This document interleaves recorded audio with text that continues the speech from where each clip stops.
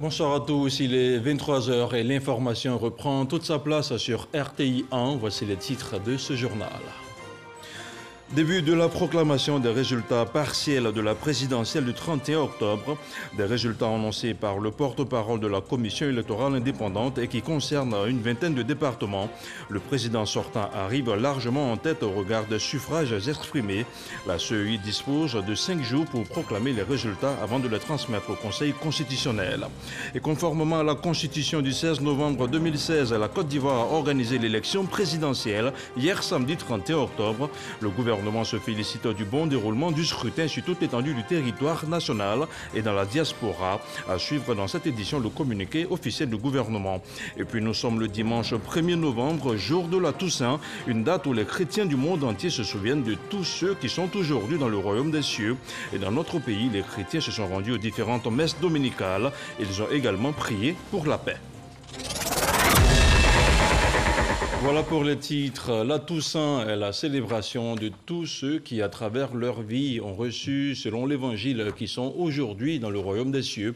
À Abidjan, la paroisse Saint-François-Xavier d'Anono, dans la commune de Cocody, et Notre-Dame du Perpétuel Secours de Trècheville ne sont pas restés en marge de cette célébration. On en parle en fin d'édition.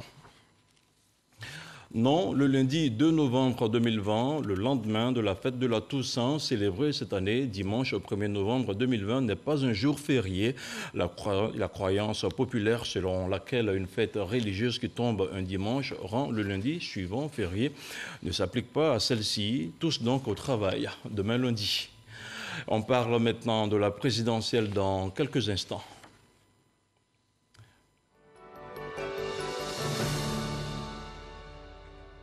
Et la commission électorale indépendante CEI a procédé à la proclamation des premiers résultats provisoires du scrutin présidentiel du 31 octobre 2020 qui concerne une vingtaine de départements sur 108 où le président sortant Alassane Ouattara arrive largement en tête selon ces résultats qui ont été annoncés par le porte-parole de la CEI, Émile Ebrotier.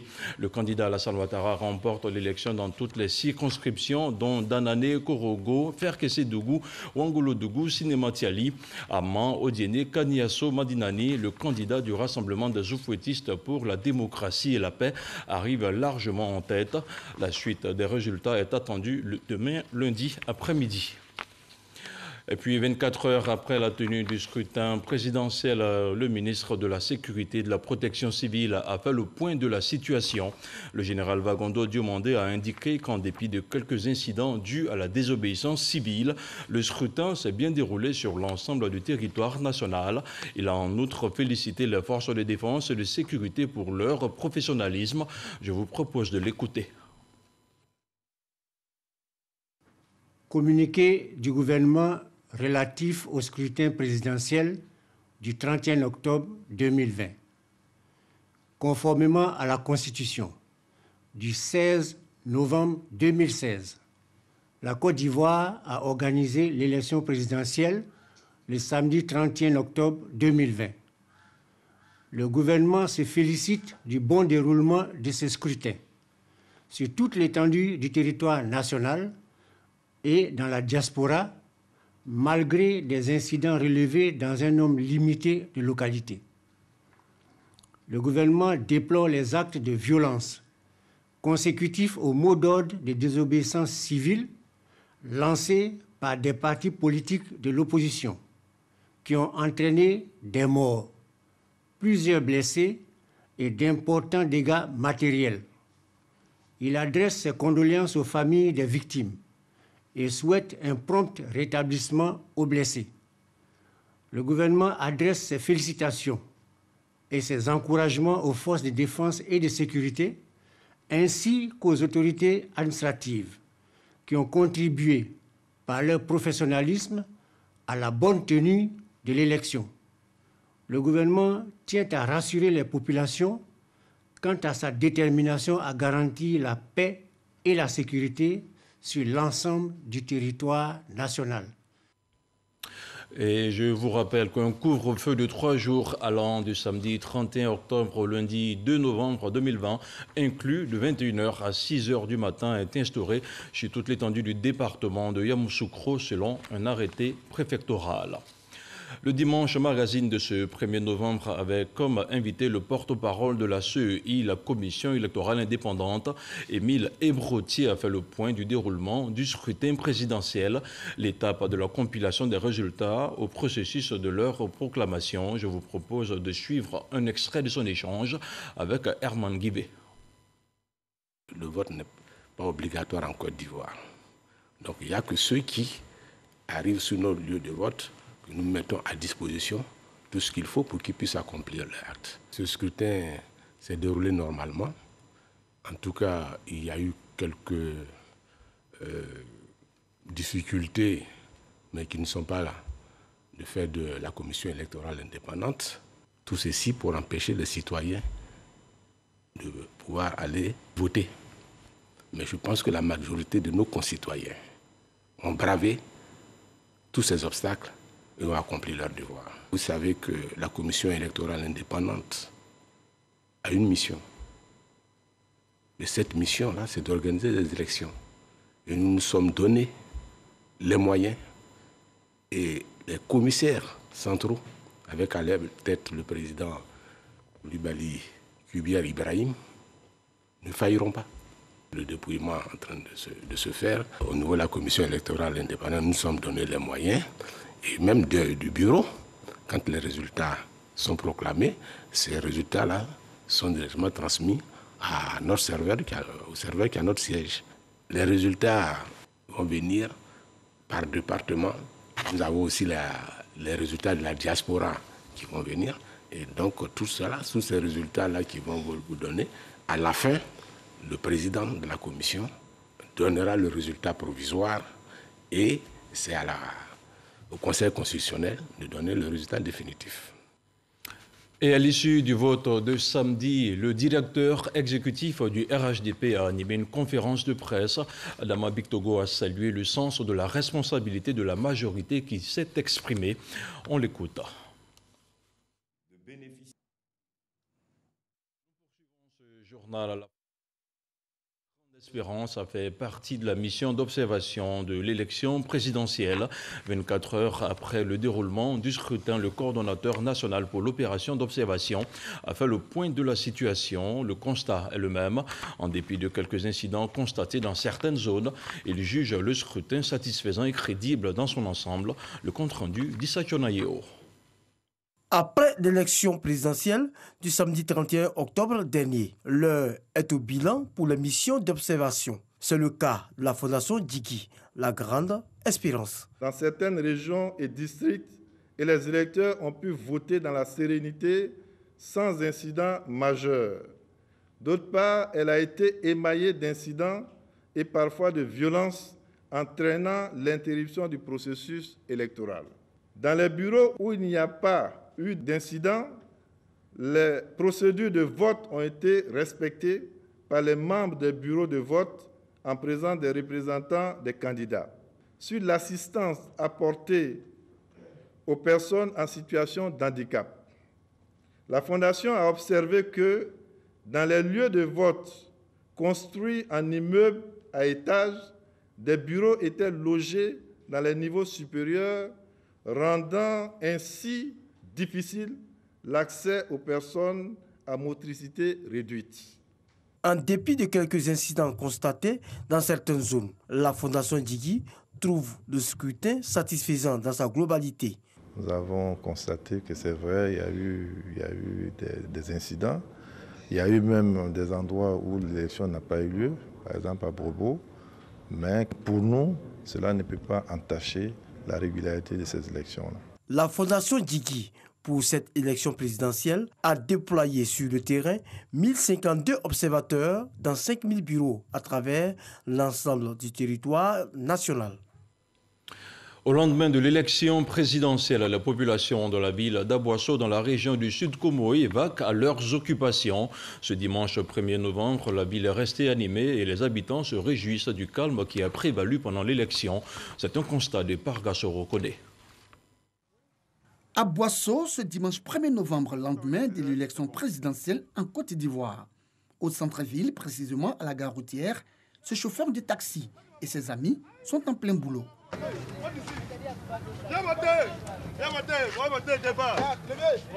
Je me suis levé à 5 heures par là et j'ai commencé à travailler et je n'ai pas eu de problème. Comme ces transporteurs, commerçants mais aussi pâtissiers vaquent à leurs occupations dans la quiétude. Oui, ça va. Ça va, merci. Il n'y a pas de problème, tout bro. Moi, j'avais peur même de sortir, mais plus que je suis venu, je vois qu'il n'y avait rien du tout. Et sincèrement, plus mes habits que ici, j'ai confectionné, ici venu vendre, je vois que les gens sont en paix et en joie. La quiétude des commerçants, des transporteurs et pâtissiers partagée par les populations d'Aboisseau. En tout cas, ici à Boisseau, nous on est tranquille, il n'y a pas de palabre. On est tranquille, on pense rien. Voilà, il n'y a rien. La ville est un peu animée, parce que tout le monde mène ses activités tranquillement, il n'y a pas de souci. Les habitants de cette localité invitent la jeunesse à la retenue et à être des artisans de paix. Bon, je voulais dire à la jeunesse de Côte d'Ivoire que il n'y a rien dans palabre. Voilà, il n'y a rien dedans. Il faut la paix. Pour que le pays se développe, sans la paix, nous ne pouvons rien faire. Les populations de la région du Sud Comoé exhortent la classe politique dans son ensemble à plus de responsabilités pour une Côte d'Ivoire harmonieuse. Atmosphère similaire dans la ville de Korogo, dans le nord du pays, au lendemain de la présidentielle. Ce dimanche 1er novembre, surtout jour de marché dans la cité du Poro. Sur place, la population a vaqué tranquillement à ses occupations, comme d'habitude, et en attendant la proclamation finale des résultats. C'est un constat d'Amici Soko. Ce dimanche, lendemain de l'élection présidentielle, coïncide avec un jour de marché à Korogo. Ici, il n'y a pas de jour fixe de marché. Il est tournant. Chaque jour de la semaine est un jour de marché. La semaine prochaine, ce sera le samedi. Pour l'heure, les commerçants venus des localités environnantes vaquent tranquillement à leurs occupations, à l'image de Daupheré, menuisier venu exposer ses lits au grand marché. Hier, c'était le jour de vote. Même s'il y a travail, je suis un citoyen, je ne dois pas travailler. Je dois prendre le temps de bien voter mon candidat. Après les élections, comme il est dit, tout citoyen doit travailler. Puisque j'ai fini de faire les votes, c'est pourquoi j'ai profité pour venir faire mon marché. Ce marché bien achalandé ne désemplit pas. Les populations sont sorties massivement pour faire leurs courses. Hier, j'ai sacrifié la journée de hier pour aller voter. C'était important pour moi. C'était important pour moi. Donc aujourd'hui, je suis libre. Comme c'est un dimanche, je profite de faire mes courses en même temps. Voilà, j'ai fait mes courses bien calmement, il n'y a pas de problème. Il n'y a pas de... Pour dire que non, il n'y a pas là, non, il n'y a rien. Les populations, toutes tendances ethniques, religieuses ou sociales à Korogo, semblent être unanimes pour dire qu'il y a bel et bien une vie après le scrutin. Après les élections, ce n'est pas la guerre. Je pense qu'on est ensemble. On doit toujours rester ensemble, vivre ensemble, sans guerre. C'est ce qui est bon. Moi, dans le centre où j'ai voté, j'étais avec des amis là-bas qui ont fait campagne pour l'opposition. Nous avons discuté, échangé beaucoup. Après avoir fini de voter, on est allé chez eux-mêmes, on a fait toute la journée là-bas. Allons-y à l'apaisement et au développement de nos pays. La Côte d'Ivoire, c'est nos pays. Nous ne pouvons pas partir pour laisser la Côte d'Ivoire. Tant que nous laissons la Côte d'Ivoire en bas, nous-mêmes, nous allons rester en bas. Korogo seulement, il n'y a pas de problème. Nous, on vit tranquillement ici et on prie Dieu que ça soit partout en Côte d'Ivoire aussi. En attendant la proclamation officielle des résultats pour désigner le nouveau président de la République, les Korogolais attendent dans le calme, la bonne humeur et la sérénité. Retour sur le scrutin du 31 octobre. Les Ivoiriens vivant aux États-Unis d'Amérique en sont sortis nombreux pour exprimer leur droit de vote. Au total, 16 bureaux de vote ont été enregistrés au pays de l'Oncle Sam avec une forte affluence. Le commentaire d'Abou Sanogo. Aux États-Unis d'Amérique, ce sont des électeurs mobilisés qui se sont rendus très tôt le matin aux urnes, tous venus pour accomplir leur devoir civique. Dans le calme et la sérénité, les Ivoiriens des États-Unis sont sortis en grand nombre pour exprimer leur droit de vote dans les 16 bureaux de vote avec un collège électoral de 69 559 électeurs. Le vote est libre et nous sommes fiers de l'accomplir. On l'accomplit une fois chaque 5 ans et c'est avec beaucoup de fierté et beaucoup de responsabilité que nous venons de l'accomplir. Les opérations de vote se sont déroulées sans accroc dans les lieux de vote de Washington, d'Atlanta, de Philadelphie et de New York. Et ici en Côte d'Ivoire, samedi, les populations de la région du Ourodougou sont sorties massivement pour exprimer leur droit de vote. À Séguéla, c'était l'affluence dans le bureau de vote, une localité où le président de l'Assemblée nationale a glissé son bulletin dans l'urne. Envoyé spécial, Mamadou Kouassi. Groupe scolaire administration dans la commune de Séguéla. Ici, les bureaux de vote ont ouvert depuis 8 heures, à l'instar de tous les bureaux de vote de la région de Ourodougou. À 15 heures, arrive un électeur particulier. Le président de l'Assemblée nationale est venu accomplir son devoir citoyen. Après les formalités, Amadou Soumaoro glisse son bulletin de vote dans l'urne. Moment choisi pour passer un message à la population ivoirienne. Je voudrais appeler à la paix, à la quiétude, parce que la Côte d'Ivoire a besoin de paix. La Côte d'Ivoire a besoin de paix pour poursuivre sa dynamique de développement. Ce scrutin du 31 octobre 2020 a mobilisé l'ensemble des électeurs de la région de Ourodougou, tous déterminés à aller à la paix. Jusqu'à la fermeture des bureaux de vote, aucun incident n'a été enregistré dans la région. À Dembokro, chef-lieu de la région du Unzi, on a aussi voté pour la présidentielle. Les bureaux de vote ont ouvert avec un retard dû aux difficultés de déploiement du matériel et du personnel électoral. Mais le scrutin s'est déroulé dans le calme. Léon Bro.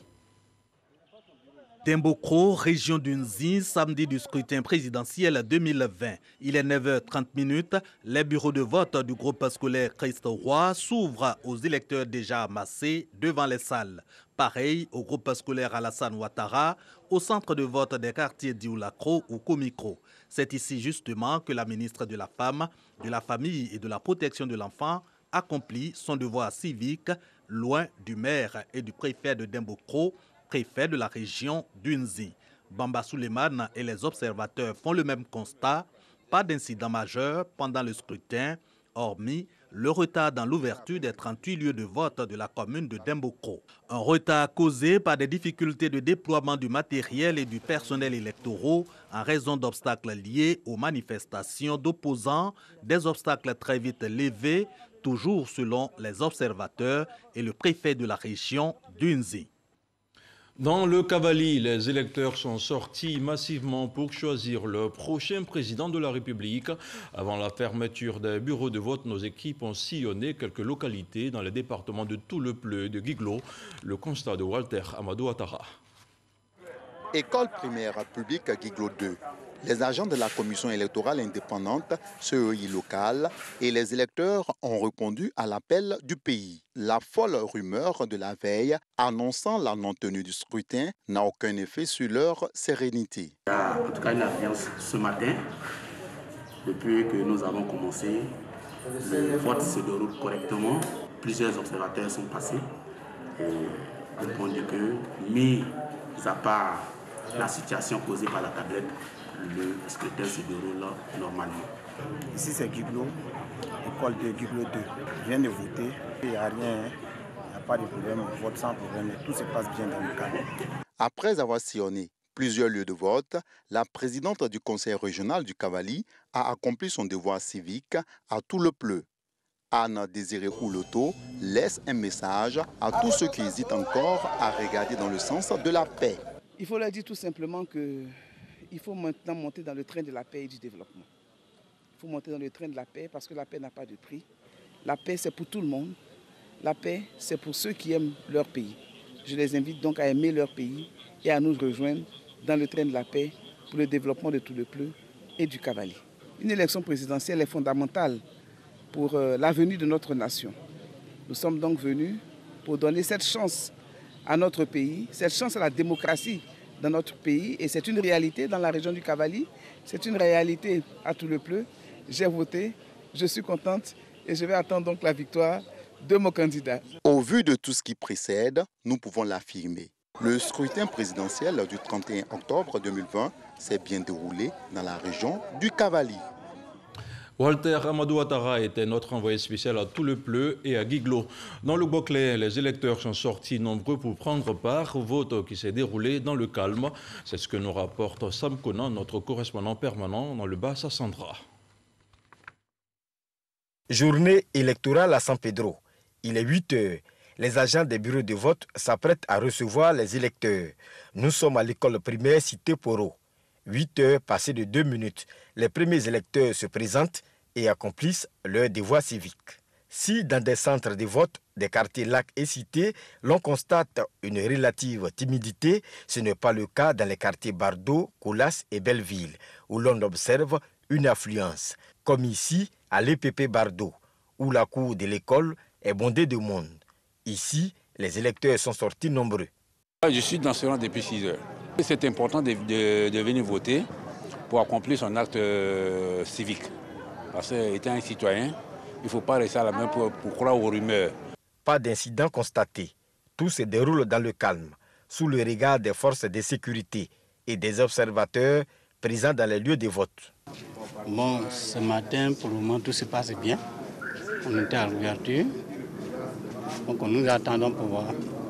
Dans la ville de San Pedro, même si des magasins restent fermés, les populations vaquent tranquillement à leurs occupations. L'opération de vote s'est également bien déroulée dans la région du Kabadougou. Les 62 bureaux de vote ont ouvert, sinon ont fermé à 18 h. Selon les informations reçues, le taux de participation est estimé à plus de 95%. Mamadou Kouassi. 18h25, à l'instar des 62 bureaux de vote du département d'Odiéné, ceux de l'école primaire Frontière sont au dépouillement. Une étape qui vient clore un processus qui a démarré depuis 8 h ce 31 octobre 2020. Les populations des zones rurales, à l'image de Foula, dans la sous-préfecture de Bougusso, ont tout abandonné. Les personnes en âge de vote ont pris d'assaut les bureaux. Affluence, il y en avait dans tous les lieux de vote des villages visités au cours de cette journée. Situation identique en ville, où les bureaux de vote ont été pris d'assaut très tôt. Nous sommes présentement aux environs du midi passé. Et jusque-là, en tout cas, vous constatez vraiment qu'il y a encore de l'affluence dehors.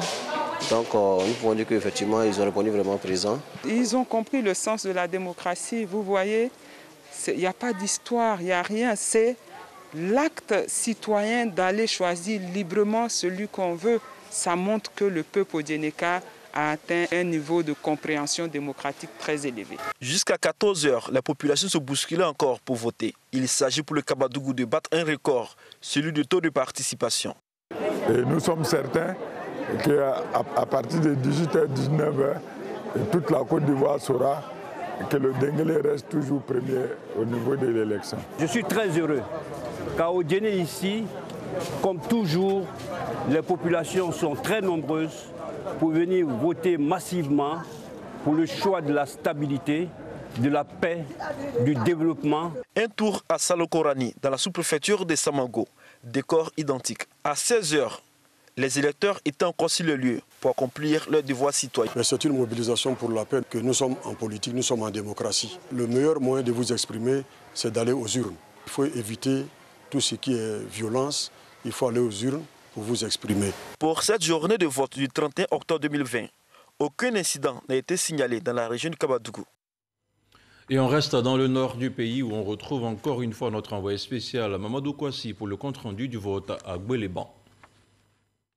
Quelques minutes avant l'ouverture des bureaux de vote, le président du bureau, EPP Gbéléban 2, finit les derniers réglages. L'urne vide est présentée aux populations avant d'être mise sous scellé.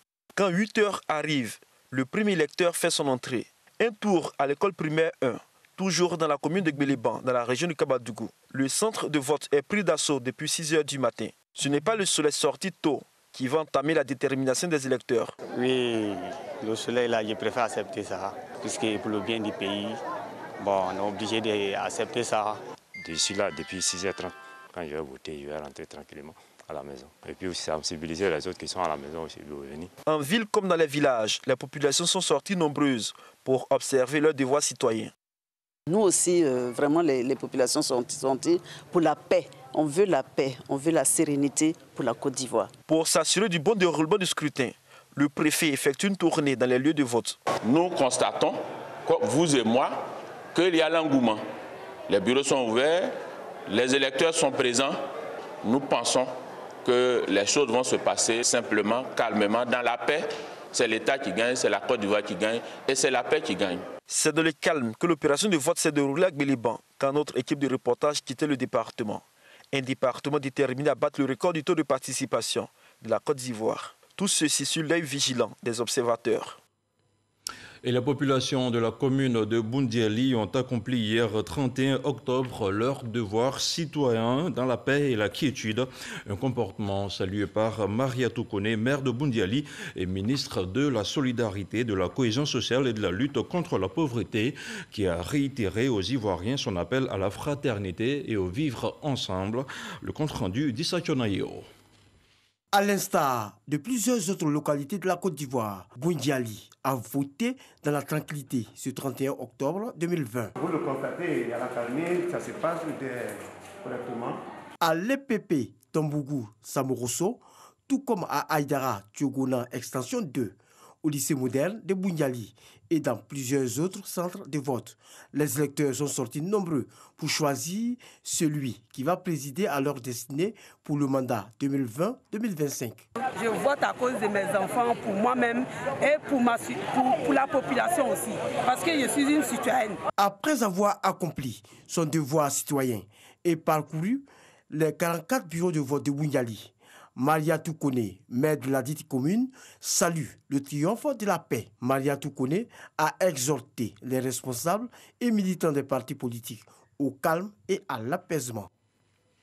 Un mot de cohésion sociale à présent. Ils sont estimés à un peu plus de 2 millions de personnes. Les ressortissants guinéens en Côte d'Ivoire se sont retrouvés dans le recueillement pour une journée de prière en faveur de la paix. Cette journée qui intervient au lendemain de la présidentielle ivoirienne vise à implorer la grâce divine afin d'éviter à la Côte d'Ivoire les affres de l'année 2010. Pagasoro connaît. Ils sont pour la plupart nés en Côte d'Ivoire. Ils y ont également des intérêts économiques. Estimés à 2 millions d'habitants, les ressortissants guinéens vivant en Côte d'Ivoire ne veulent pas voir leur pays d'accueil sombrer dans le chaos. Ils se sont recueillis pour une journée de prière en faveur de la paix.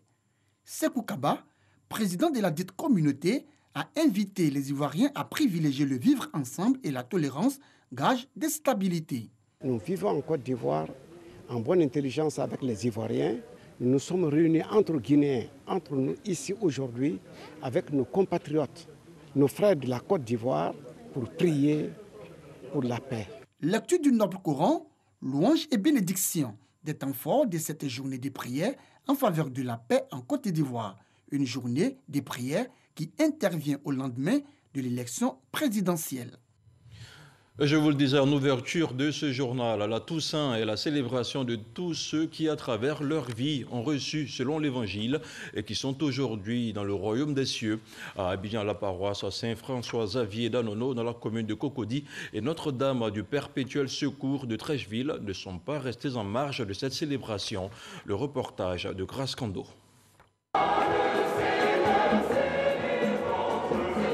La fête de la Toussaint célébrée ce dimanche par les fidèles. Elle rappelle à tous ceux qui ont vécu selon les valeurs de l'Évangile et qui sont aujourd'hui dans la félicité céleste. Ces saints connus et inconnus ont emprunté le chemin des béatitudes qui se résume à l'amour, l'humilité, la tolérance et la paix.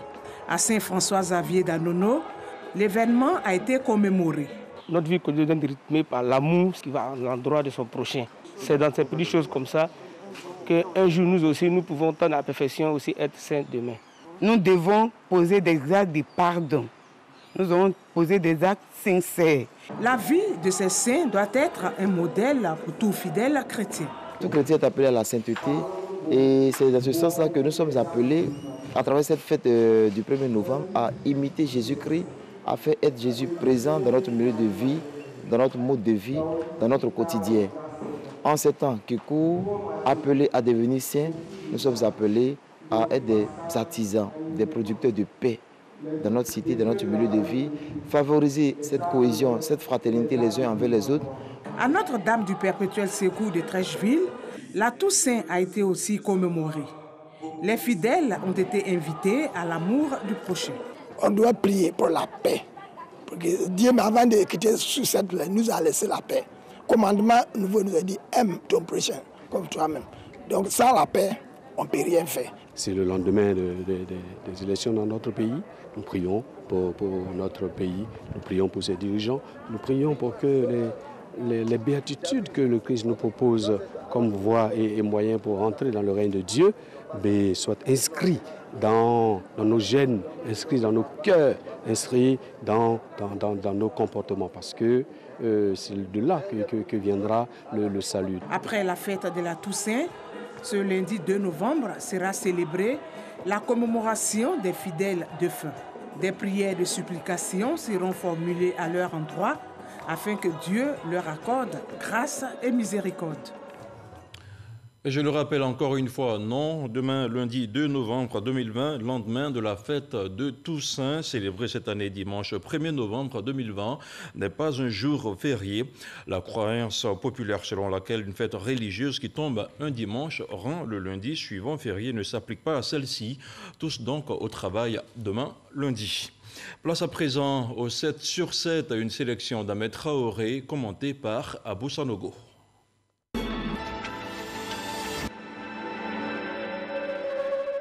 Le président turc Recep Tayyip Erdogan a appelé ce lundi ses compatriotes à boycotter les produits français, tandis que Paris a engrangé le soutien diplomatique de l'Allemagne, de l'Italie, du Portugal et des Pays-Bas dans la guerre de mots qui l'oppose depuis ce week-end à Ankara. En Guinée, la CEDEAO, l'Union africaine et l'ONU ont achevé ce mardi une mission conjointe pour tenter d'apaiser les tensions après la présidentielle du 18 octobre. Ces derniers ont demandé notamment la levée du blocage du domicile du chef de l'opposition, Cellou Dalein Diallo. 15 candidats sont en lice pour le scrutin présidentiel dont le président sortant, John Magafuli, âgé de 61 ans, au pouvoir depuis 2015, qui brigue un second mandat présidentiel. Ce jeudi 29 octobre, une attaque à l'arme blanche a eu lieu au sein de l'église Notre-Dame.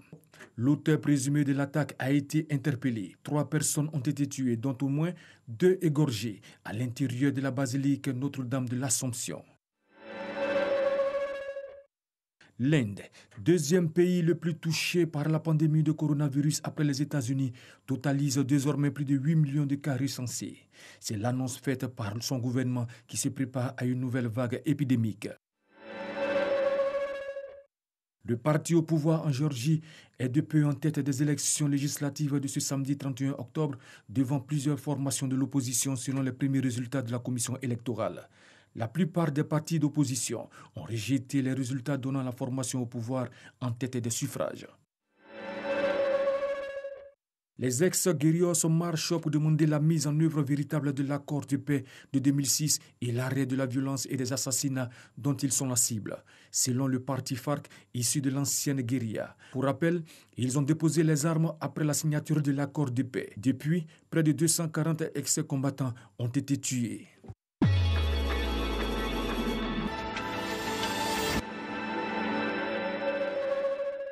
Ainsi se referme ce journal. Merci à vous tous de l'avoir suivi. Lundi, retrouvez Régis Kofi pour vous donner la primeur de l'info à partir de 6h30. Bonsoir et que la paix soit chez vous.